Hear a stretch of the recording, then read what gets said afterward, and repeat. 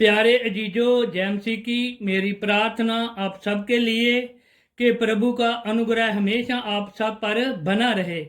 और आज का वचन प्रभु की प्रजा के उन लोगों के लिए है जिन लोगों पर कभी कभी मुश्किलें, दबाव और डर इतना बढ़ जाता है कि इन परिस्थितियों से बाहर निकलना बहुत मुश्किल होता है।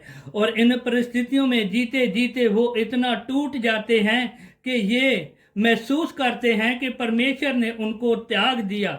लेकिन प्रभु का वचन कहता है कि मैं तुझे कभी नहीं त्यागूंगा। और प्रभु की प्रजा के साथ प्रभु की ये प्रतिज्ञा है। यहाँ आप एक सवाल कर सकते हैं, अगर प्रभु अपनी प्रजा के साथ है तो ऐसी मुश्किलें प्रजा के जीवन में क्यों आती हैं? और इसका जवाब बाइबल में न्यायों की पुस्तक 6 अध्याय 1 में लिखा है, तब इस्राएलियों ने यहोवा की दृष्टि में बुरा किया और यहोवा ने उन्हें मद्यानियों के वश में 7 वर्ष कर रखा। और जिस इस्राएली प्रजा को प्रभु मिस्र की गुलामी से निकाल कर लाया था, कनान देश में रहते उन्होंने बुत पूजा की, कनान के देवी देवताओं की पूजा की। और इस गलती के कारण प्रभु का क्रोध उन पर भड़का और वो इतने गरीब हो गए और गुलामी में चले गए और लाचार और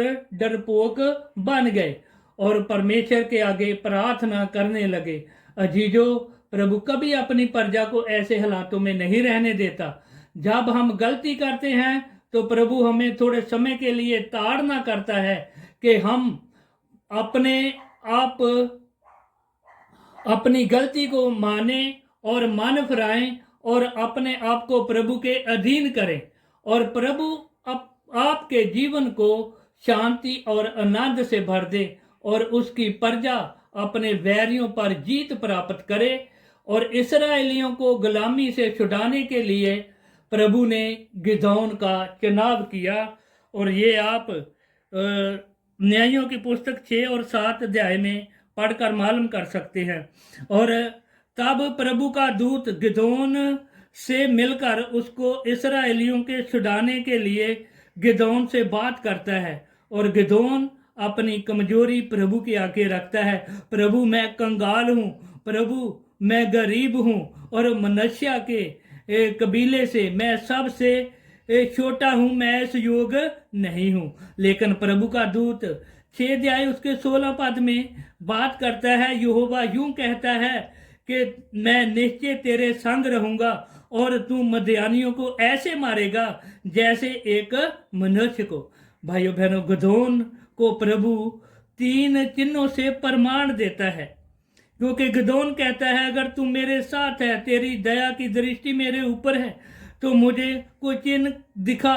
और भाइयों बहनों, पहला चिन्ह वो तब देता है प्रभु का दूत जब गिदोन उसके लिए खाना लेकर आता है और खाना पत्थर के ऊपर उंडेल देता है और प्रभु का दूत अपनी चींटी से उसको छूता है, तब पत्थर से आग निकलती है और खाने को चट कर जाती है। और दूसरा, जब गिदोन उनका कपड़ा मैदान में रख देता है, तो गिदोन के कहने के अनुसार मैदान में आकाश की तरेल नहीं पड़ती है, लेकिन कपड़े के ऊपर पड़ती है और कपड़ा पानी से भर जाता है। और तीसरा चिन्ह फिर गिदोन के कहने से प्रभु देता है और कपड़े के ऊपर आकाश की तरेल नहीं पड़ती है, इस बार भूमि पर पूरी तरेल पड़ती है। और भाइयों बहनों, फिर गिदोन प्रभु के कहने के अनुसार मद्यानियों से लड़ने के लिए तैयार हो जाता है। लेकिन यहाँ प्रभु एक बात करता है गिदोन से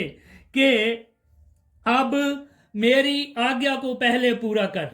जो मंदिर बाल का तेरे पिता ने बनाया है, उसके बुत को तोड़ डाल और फिर वहाँ एक जगवेदी बना। और प्रभु ने ऐसी आज्ञा दी और जैसे ही इस आज्ञा को गिदोन ने पूरा किया, रात के समय में उसने बाल के मंदिर को तोड़ दिया और वहां एक जगवेदी बनाई और उसके ऊपर प्रभु की आराधना की। भाइयों बहनों, इसका मतलब है प्रभु चाहते हैं आप जीत प्राप्त करने से पहले, वो तुम्हारे साथ रहने से पहले, वो ये चाहते हैं कि जो गलती आपके जीवन में है उसको पहले निकाल दो और फिर मैं तुम्हारे साथ रहूंगा। और तब गिदोन ने इस्राएलियों की 32,000 मनुष्य को इकट्ठा किया और प्रभु के लिए लड़ने के लिए निकला। और सामने मदियानियों की फौज बहुत बड़ी थी, उसमें 1,35,000 मनुष्य थे, युद्ध करने के लिए इकट्ठे हुए थे। और भाइयों बहनों, यहाँ प्रभु परीक्षा लेता है और गिदोन को कहता है कि अपनी सेना को बोल कि जो डरते हैं वो घर को वापस चले जाएं। और भाइयों बहनों, प्रभु के वचन में लिखा है 22,000 लोग चले गए, फिर जो 10,000 बाकी बचे थे प्रभु उनकी भी परीक्षा लेता है और उसमें से भी 300 लोग बचते हैं और बाकी सब लोग रिजेक्ट किए जाते हैं, वो अपने घरों को चले जाते हैं। इसका मतलब है प्रभु ये चाहता था कि इस्राएल ये ना गुमांड करे कि हमने मदियानियों पर जीत प्राप्त की है, लेकिन गिदोन को 300 लोग देकर 1,35,000 लोगों फौज से प्रभु जीत प्राप्त करते देता है गिदोन को। और भाइयों बहनों, प्रभु जिनको चुनता है अपने सेवा के लिए, अपने काम के लिए, वो उनको बल देता है, प्रभु उनके साथ रहता है, प्रभु उनकी लड़ाई खुद लड़ता है, जैसे गिदोन के साथ रहकर प्रभु ने उसको जीत लेकर दी। तो भाइयों बहनों, इस वचन से हम सीखते हैं कि अगर आप गलती कर चुके हैं, आपके जीवन में मुश्किलें बहुत आ चुकी हैं शैतान के द्वारा, तो आपको प्रभु के आगे अपने आप को अधीन करने की जरूरत है, अपनी गलती को छोड़ने की जरूरत है, मन फिराने की जरूरत है। और फिर देखो, प्रभु गिदोन की तरह आपको जीत लेके देगा और आपके जीवन में फिर से शांति बहाल हो जाएगी, प्रभु आपके जीवन को आनंद से भर देगा। और इस वचन के द्वारा प्रभु आपको बहुत आशीष दे। आमीन।